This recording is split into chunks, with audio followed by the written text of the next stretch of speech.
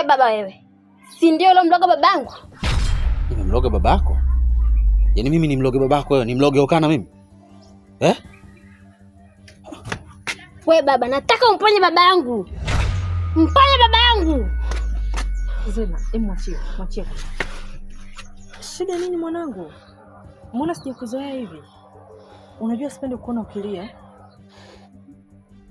Nyinyi, hebu ondokeni hapa. Mimi nitaongea naye. Na niwaambie kitu kimoja. Hili swala lisiwe la ukweli. La sivyo, mtanijua mimi ni nani.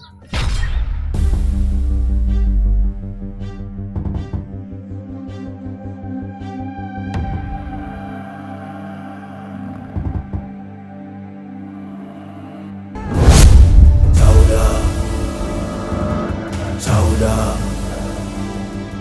Ingala isebele Ingala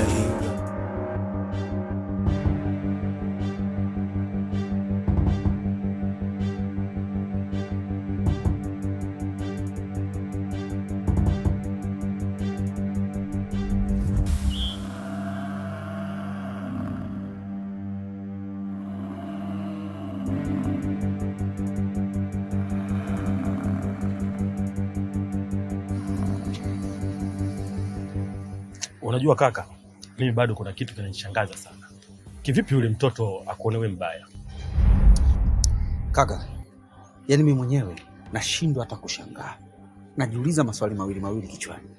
Kwa nini yule mtoto anione mbaya wakati hakuna chochote kibaya ambacho mimi nimekifanya? Ndugu, mimi nakujua wewe ni mtata sana. Au kuna siku alishaye kujipendekeza ukamtia makwenzi? Brother, naomba uniamini. Najiuliza maswali mengi. Aidha, kuna siku aliona nazungumza na baba yake. Akaona baba yake amekosa furaha. Anahisi chanzo kilivyoanza mimi ndio msababishaji. Kwa nahisi hapa kuna namna hapa. Tuachane na hayo. Vipi yule aliongozana naye? Ni nani yake? Kiukweli mimi sijawahi kumuona. Hata sikumuona. Toka nimeanza kwenda kwenye ile nyumba sijawahi kumuona. Lakini nikimtizama hivi kidogo kisura chake kinaendana kidogo. Kama wanaendana na Sauda hivi. Lakini sitaki kuzungumza lolote ila sijui. Sasa ndugu yangu, mimi nafikiri kulingana na jambo hili nilizungumza na Bwana Jabali. Na kulingana na uzoefu wake nahisi kabisa atatusaidia. Kwa sababu yeye umri umekwenda na vile vile ni mwenye busara sana. Nahisi hata kule anaweza kutusaidia vizuri sana. Hivyo jitahidi uende leo na muda huu ufike. Sawa. Okay. See you.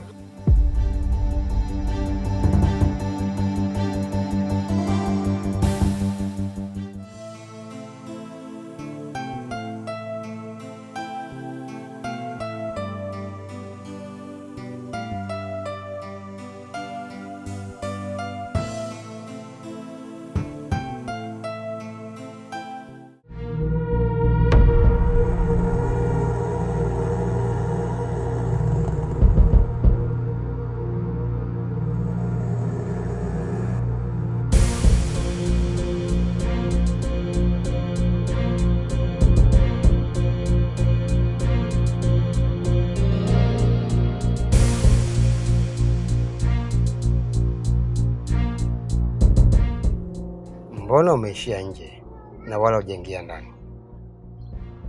Nisamehe sana mzee wangu. Sijataka kuingia ndani kwa sababu hata kichwa changu chote kinawaka moto. Kuna vitu kwenye akili yangu vinanisumbua sana. Na sijui hata nipatie wapi ufumbuzi. Nina shida moja. Najua matatizo unayopitia. Tano. Labda nikwambie kitu kimoja tu. Kwenye hii dunia, watu kama nyinyi, mko wachache sana. Unaweza kung'amua mambo. Mnaweza kuona vitu visivyoonekana. Na wala mkisema katika jamii, hamuwezi kueleweka kabisa. Labda nikwambie jambo moja tu. Huyo mwanamke anahitaji msaada. Wewe pekee ndio unaweza kumsaidia.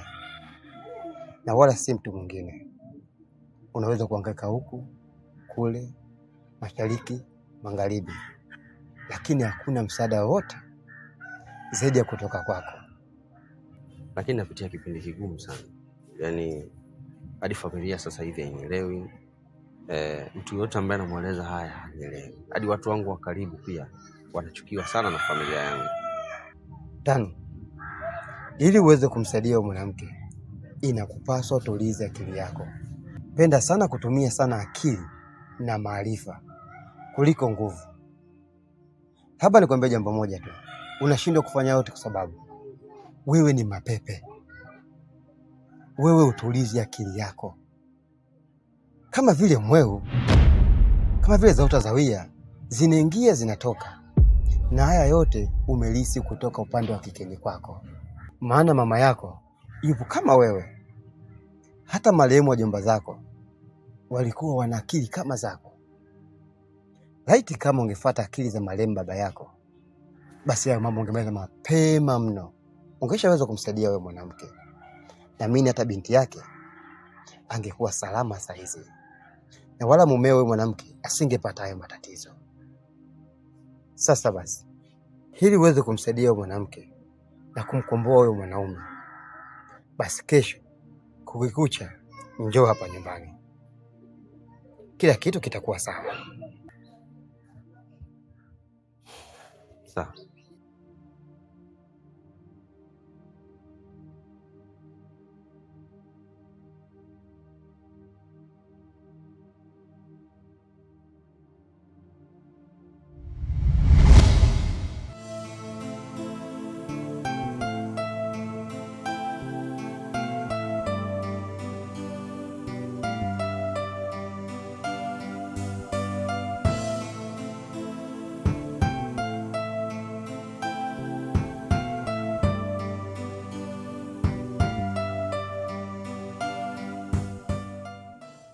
Unajua, kuna jambo linamtatiza. Ni kuhusu yule mzee uliyemwambia kuwa yeye anahusika na tukio lilomtokea baba yako. Kwa nini yeye? Mama mdogo, yule mzee aliyokuja pale nyumbani siku moja, akawa amemuulizia baba. Nilipomuuliza yeye nani, akasema sijui ni mkombozi wangu. Hakunielezea sana, ila aliniomba nikamwitie baba. Tangu baba ameonana na yule mzee, akawa ni mtu ambaye ana furaha, akawa ni mtu mwenye mawazo kabisa. Sasa, kwa nini unahisi yeye ndo chanzo cha babako kupata uchizi? Kwa sababu toka siku ile hadi baba kuwa kichaa, hajawahi kuwa mtu mwenye furaha kabisa. Na ndio maana mimi nimehisi hivyo. Lakini pia sina uhakika juu ya hilo. Sawa. Nikwambie kitu binti yangu. Ndio mdogo. Usimuhisi mtu ubaya kwa kumuona. Huenda yeye ni mtu mwema sana kwako. Sawa mama, mimi nimekuelewa kuhusu hilo. Sawa. Basi tuendelee kumtafuta baba yako. Huenda tukamuona afu nikapata wazo jinsi gani ya kumsaidia. Sawa mama.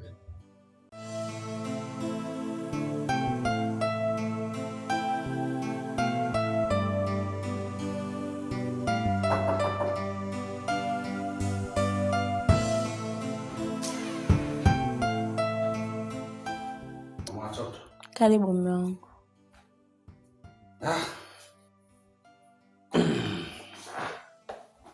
Asante mke wangu. Za kutoka. Salama, umeshindaje? Nimeshinda poa. Huko namshukuru Mungu, mambo yote yako safi kabisa. Tunapambana mke wangu, sasa hivi kazini napiga kazi vibaya mno. Mpaka bosi ananisifia. Utano mbona umebadilika hivi? Yaani ananiambia unafanya kazi sijawahi kuona. Kwanza naiheshimu kazi yenyewe. Cha pili, namheshimu kila mtu kazini. Ananiambia sasa hivi umeacha kabisa kulopoka kama zamani. Mara sijui wewe mtoto wa Raila Odinga, mara sijui wewe rafiki yake Mrisho Mpoto, mara sijui wewe ulikuwa unaomba Magufuli sijui akupeleke Kenya, mara sijui wewe unaisa na Diamond pale Wasafi. Nini? Ananiambia bosi, mimi ndio nilikuwa naongea maneno yote haya. Ananiambia kweli rafiki yangu, ulikuwa umeanza kuchanganyikiwa, tulikuwa tunakustahi tu kwa sababu ya mama yako alikuwa anakuombea. Lakini sasa hivi mke wangu niko safi, napiga kazi. Na bosi kaniambia ataniongeza mshahara, alafu na cheo kitapanda, nitakuwa kiongozi wa walinzi. Kweli? Mume wangu ongeza juhudi. Na nikifanikiwa tu mke wangu, basi nakununulia bonge la TV. Tafurahi mume wangu, najua nakuwa mpweke. Nakuletea bonge la TV, yani ukiwasha muziki huko ndani, twale menye naloli nalo tukuimba twesa tukolera majirani, basi wamenunua TV, nakuletea bonge la dundo. Asante mume wangu, nakuombea uniletee hiyo TV nione. Umeandaa nini mke wangu? Makina na umo ndani tumbo linafukuta, inagongana na minyoo ina njaa, mimi mwenyewe nina njaa. Kwa hiyo tafulani ndani ya tumbo langu.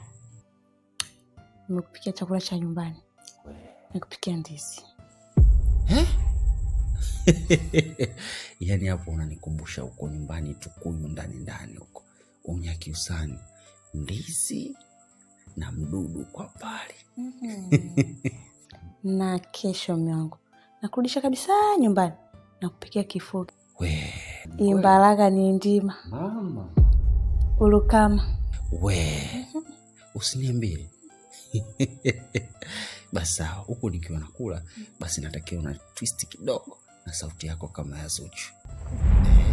Nataka nisikie kidogo. Haya. Akaja kaka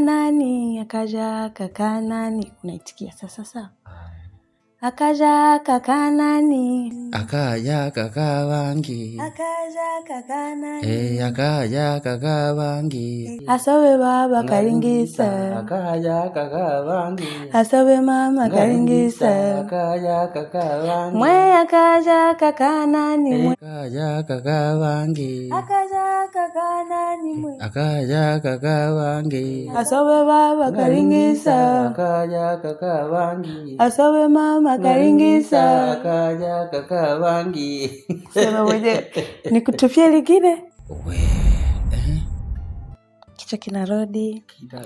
Ukikumbuka sana nyumbani, unakaa kwa huzuni hivi, sawa? Hilo sio unakaa kwa huzuni, sawa? Ukikaa kwa huzuni, unaimba Evelina kwe, gwagile mama kajapo, ukwanda kundungusya. Baba, nachoka mimi. Nachoka mke wangu. Nachoka.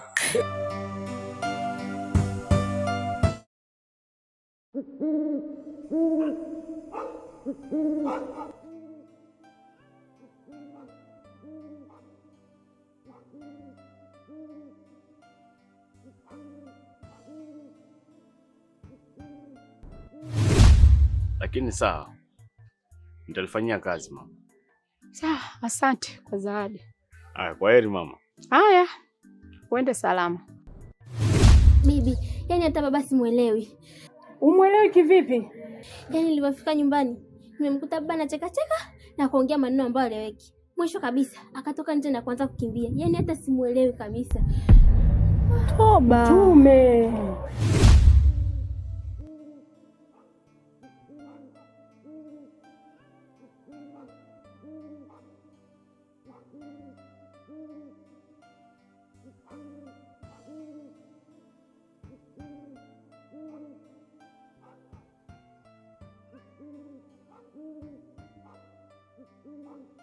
Mama, saizi ni usiku sana mama. Tayari ni saa 8 usiku hii. Unadhani ukikaa usiku kucha, kesho utapata nguvu ya kwenda kumtafuta kaka kweli?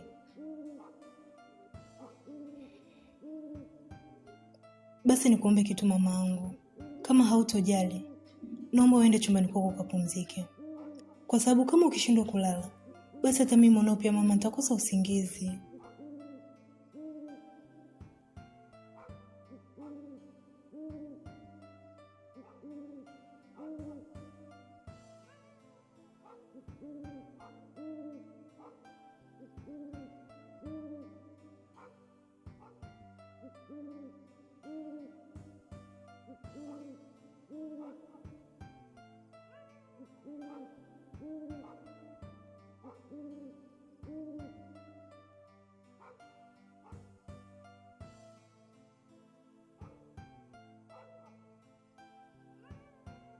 Tano. Mume wangu. Nini? Mume wangu. Sasa utaendelea kuishi hivi mpaka lini? Sasa hivi umekuwa ni mtu wa kunikwepa sana. Yaani unipi hata mimi. Unanyima furaha ndoa mume wangu. Sasa hivi nahitaji muda mwingi sana ukaa na wewe. Mke wangu, mimi sasa hivi nimechoka sana. Yaani kama siku ya leo nimechoka balaa. Hebu naomba unielewe bwana. Akili yangu imejaa mawazo mengi sana kichwani. Nikikaa sawa mke wangu, tutafanya vitu kwa utulivu. Kwani mimi sifahamu kwamba una uhitaji wa ndoa? Niache nipumzike basi. Tano unaniambia mimi una mawazo. Hayo mawazo gani? Alafu niambie ni lini ulikaa na mimi mke wako, ukanipa nafasi ya kunisikiliza au ya kutaka kujua ninachokitaka. Zaidi uko wewe na Sauda, wewe na Kizigo, sijui wewe na mambo gani, yani hueleweki. Ila mimi mke wako kunipa nafasi huwezi. Una kazi ya kunitukana kuniambia mimi nina mayai visa, nashinda kwa waganga sijui mpaka mayai yanakuwa visa na wewe ni sababu. Unajua mke wangu, mwanaume akirudi nyumbani anahitaji utulivu. Anahitaji kutulia ili hata kesho aweke mambo sawa. Sio, umenielewa mama? Kwa hiyo huu muda nimekuomba mama, nimechoka. Naomba nipumzike. Mtoto atatafutwa tu mama. Najua kuna muda mwingi unakuwa unatamani. Lakini kwa leo mama nimechoka. Nakuomba mwanangu. Tano, siwezi kukusikiliza kitu chochote siku ya leo. Haulali, silali, nahitaji haki yangu ya ndoa, nahitaji unyumba baba. Umndani hulali. Mke wangu, usichonielewa kipi wewe? Wewe usichonielewa mimi kipi? Au unataka niongee hapa nibwatuke basi hadi majirani wasikie, wajue tunagombania ushenzi, wajue sisi tunagombania kitu gani? Niongee nini? Nimekuambia mume wako leo nimechoka, nipumzike. Hivi vitu mke wangu utambue kitu kimoja.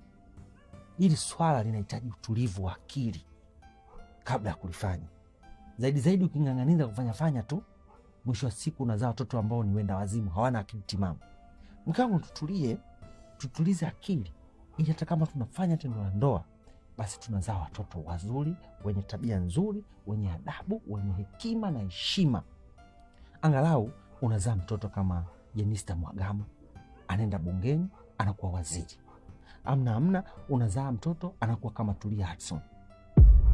Ni nuru inakuwa imetunukiwa. Wale wazazi wao walizaa kwa utulivu. Sio papatu unang'ang'aniza unakuja kuleta mtoto mbishi kama Baba Levo. Sio mtoto anafika sio bungeni anaanza mimi naitwa Baba Levo, si Glatus, si nani Baba Levo, mpaka watu wanashangaa. Wanafanya bunge linakuwa la wahuni. Kwa hiyo tunahitaji utulivu. Hii haraka hii tutakuja kuzaa wakina Tundu Lissu waanze kusumbua. Inahitaji utulivu mke wangu. Utulivu, Mungu anakusaidia, unazaa mtoto mwema, mwenye busara, mwenye hekima, mwenye upeo mkubwa kama John Pombe Magufuli, kama Leila Odinga, kinakuwa kivutio cha wananchi. Sio unazaa mtoto ukisema moja yeye anajibu 10. Mke wangu, yanahitaji utulivu. Hatuhitaji haraka. Sio, umeelewa? Kwa hiyo tulia, tutulize akili. Utulize akili na mimi nitulize akili. Mke wangu, ili tendo linahitaji hisia. Sawa? Sio purukutu kama ng'ombe. No, hisia baby. Pumzika mama, pumzika basi. Lala. Tano ulali. Nahitaji mtoto. Mwenyewe nahitaji kuitwa mama baba. Tano bwana, amka. Lala wewe sasa.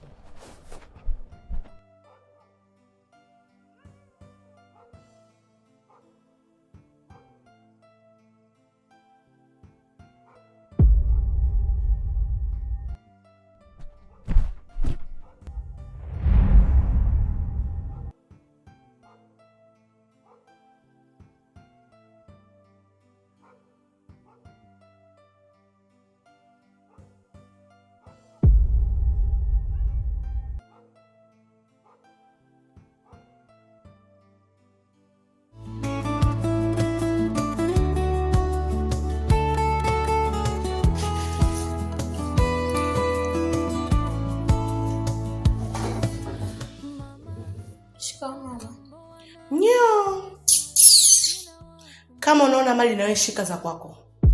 Saizi umeota kiburi eh? Saizi ni saa ngapi? Saa 12 alfajiri mama. Wewe mpuuzi, hebu koma kuniita mama mimi. Nilikwambia unaamka saa ngapi? Saa 10 alfajiri. Haya sasa. Naomba chai ninywe. Na hakikisha kuwa umesha deki ndani, umefuta gari, umefua na nguo. Na kama bado hujafanya, basi niambie bado ili nikurekebishe kidogo. Bado, ila nitajitahidi mama. Unasemaje wewe? Wewe, ni mara ngapi nimekuzuia kuniita mama? Mimi unanifananisha na mamako, ina maana mimi malezi ndio? Naona wewe sijakupiga siku nyingi, si ndio? Sasa leo nitakupiga nimalize na hasira yule mama yako mdogo anayejifanya kujishauri.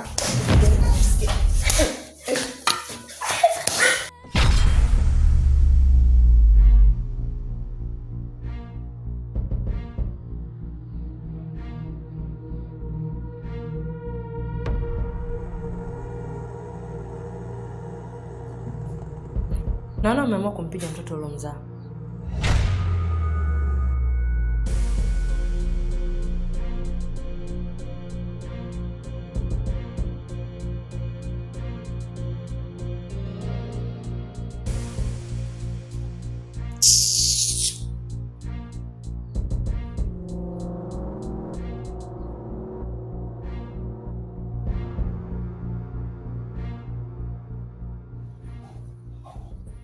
Usilie mwanangu. Acha haya maneno mabaya yapite kama upepo. Kumbuka thamani yako haipimwi na kazi unazozifanya hapa. Wewe ni wa thamani kushinda hata hivi vyombo vilivyokaa hapa. Wewe ni jasiri na Mungu hawezi kukuacha. Leo unateseka sana, lakini kesho yako imejaa matumaini makubwa. Najua kali ambayo litangalisha maisha yetu. Kaza moyo mzima. Mungu saidie kushamia. Naomba wenye mama watunze mama zao, kila nikihitaji msaada hakuna ananiewa mama. Naomba wenye mama watunze mama zao, kila nikihitaji msaada hakuna ananiewa mama.